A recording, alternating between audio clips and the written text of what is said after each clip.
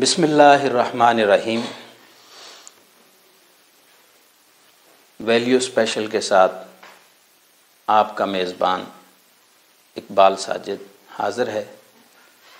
ناظرین، آج ہمارا پروگرام بہت ہی اسپیشل ہوگا کیونکہ آج ہم ایسے ٹاپک کو ڈسکس کریں گے جسے بہت سے اشروں سے نظر انداز کیا گیا ہے، بلکہ یوں کہا جائے کہ اس شعبہ کی بنیاد پر ملک میں حکومتیں بنتی اور ٹوٹتی رہیں۔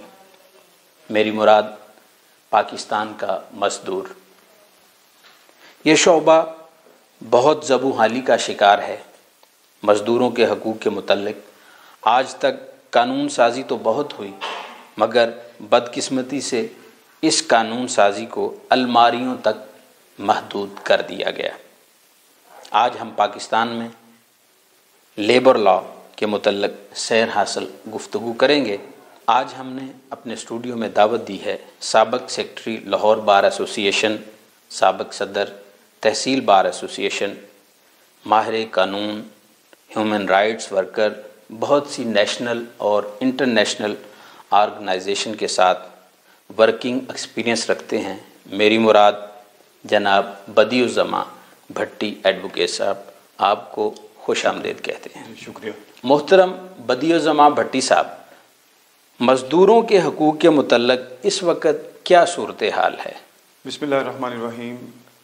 سب سے پہلے میں میاں اقبال ساجد صاحب آپ کا اور آپ کی ویلیو اسپیشل کی پوری ٹیم کا شکر گزار ہوں کہ انہوں نے مجھے آج کے اس پروگرام میں مدعو کیا اور ایک ایسے ٹاپک پر ڈسکس کرنے کے لیے مجھے موقع دیا گیا۔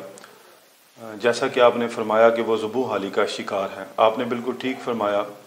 بدقسمتی سے پاکستان میں جو مزدور طبقہ ہے اس کی کسی بھی سطح پہ سنوائی نہیں ہے۔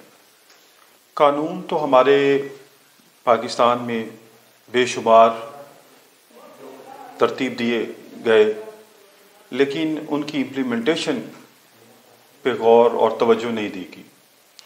یہی وجہ ہے کہ ہمارے پاکستان کا جو مزدور ہے، خاص طور پر جو ایسا مزدور جو انسکلڈ ہے، کیونکہ ہماری سوسائٹی میں دو طرح کے لیبر ہے، ایک سکلڈ لیبر اور دوسری انسکلڈ لیبر۔ اور جو انسکلڈ لوگ ہیں ان کے بارے میں یہ کہوں گا کہ ان کی جو حالت ہے وہ بہت دگرگوں ہے۔ قوانین کی انبار لگے ہوئے ہیں۔ جو ہمارے ادارے ہیں وہ ہمارے پاکستان کے سیٹھوں کے ہاتھ میں آ چکے ہیں۔ یہی وجہ ہے کہ ہمارا جو ایک میجر طبقہ ہے وہ غریب سے غریب تر ہوتا جا رہا ہے اور ایک مخصوص طبقہ جو ہے وہ امیر سے امیر تر ہوتا جا رہا ہے۔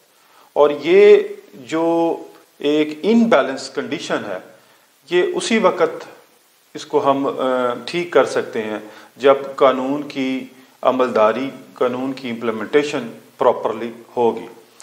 تو آج کے اس پروگرام کے توسط سے میں کوشش کر رہا ہوں جو ہمارے لیبر لاز، جو بنیادی لیبر لاز ہیں، ہم ان کے متعلق ڈسکس کریں تاکہ ہمارے جو سامعین ہیں وہ ان سے آگاہی حاصل کریں اور پھر ان کے مطابق اپنے جو ان کے ایشوز ہیں ان کو ایڈریس کرنے کی وہ کوشش کریں۔ تو انشاءاللہ اس بارے میں آگے چل کے میں کچھ ایسے بنیادی قوانین کے بارے میں آپ کے سامنے رکھوں گا جو میں سمجھتا ہوں کہ ہمارا عام جو شہری ہے اور خاص طور پہ انسکلڈ ورکر ہے، اور یہ بھی میں کہتا چلوں کہ بہت سارے جو سکلڈ لوگ ہیں وہ بھی ان قوانین سے آگاہ نہیں ہیں۔ آپ نے بتایا کہ دو طرح کی لیبرز ہیں ہمارے پاس، ایک سکلڈ لیبر ہے، ایک انسکلڈ ہے۔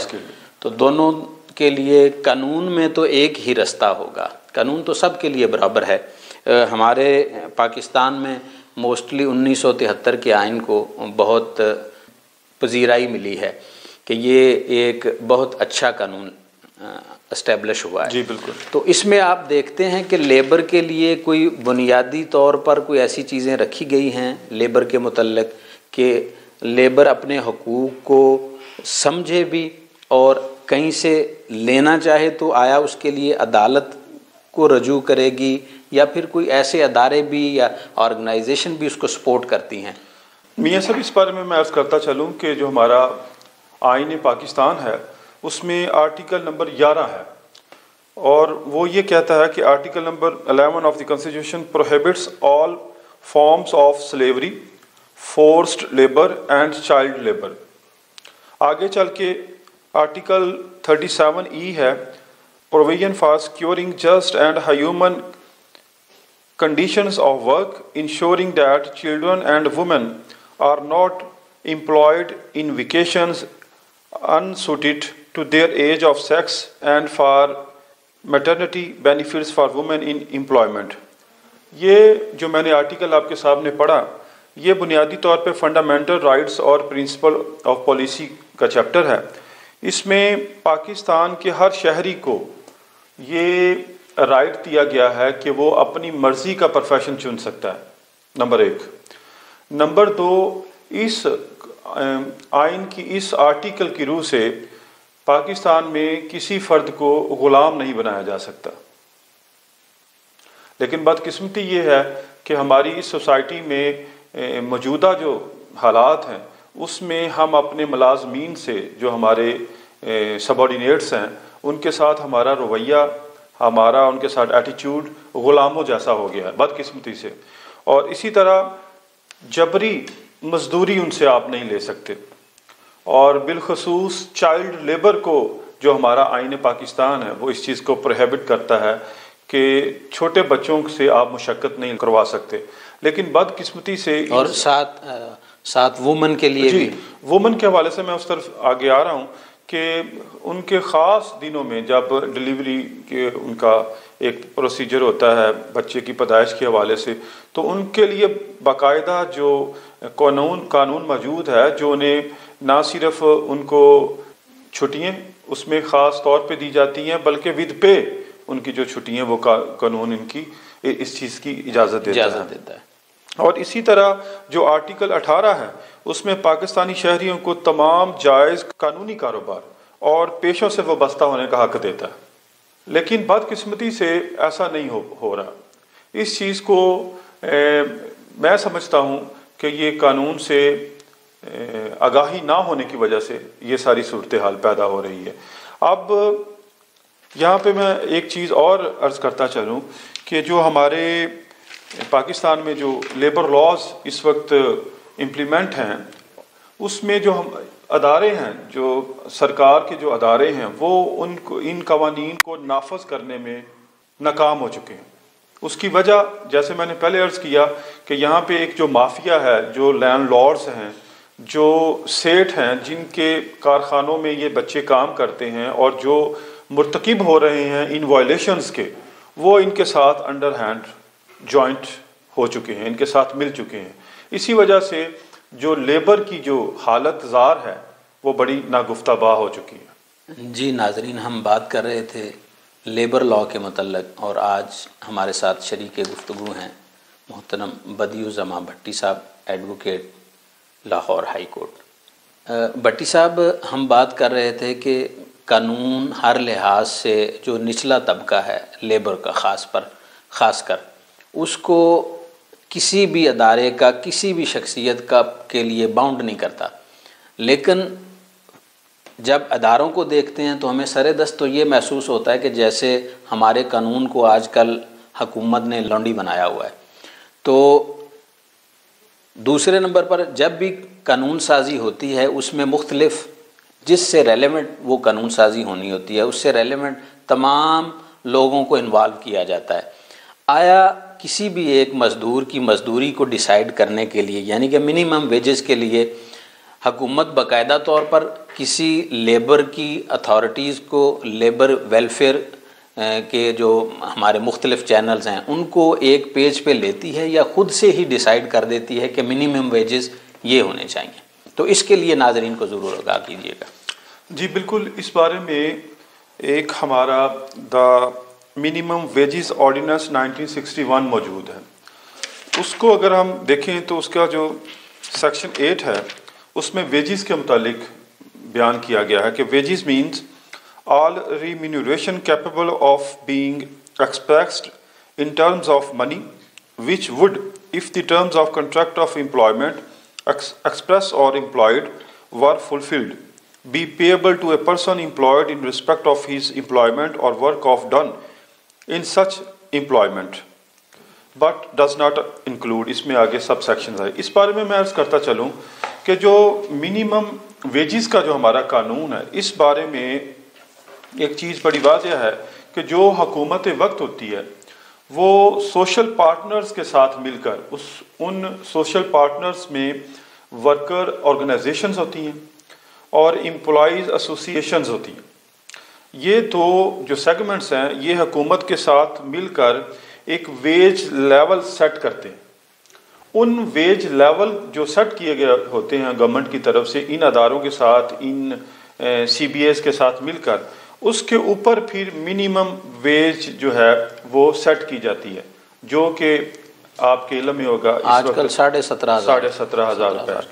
تو اسی چیز کو مد نظر رکھتے ہوئے کہ جو غلامی والا جو آپ نے لفظ پہلے آپ نے ادا فرمایا کہ حکومت وقت ان پارٹنرز کے ساتھ مل کر اس چیز کو انشور کرتی ہے کہ لوگوں کو بغیر ریمینوریشن، بغیر ویجز، بغیر سیلری ان سے کام نہ لیا جائے، بلکہ ان کو وہ بنیادی ضروریات زندگی پورا کرنے کے لیے منیمم جو ان کے حق بنتا ہے وہ انہیں ضرور دیا جائے.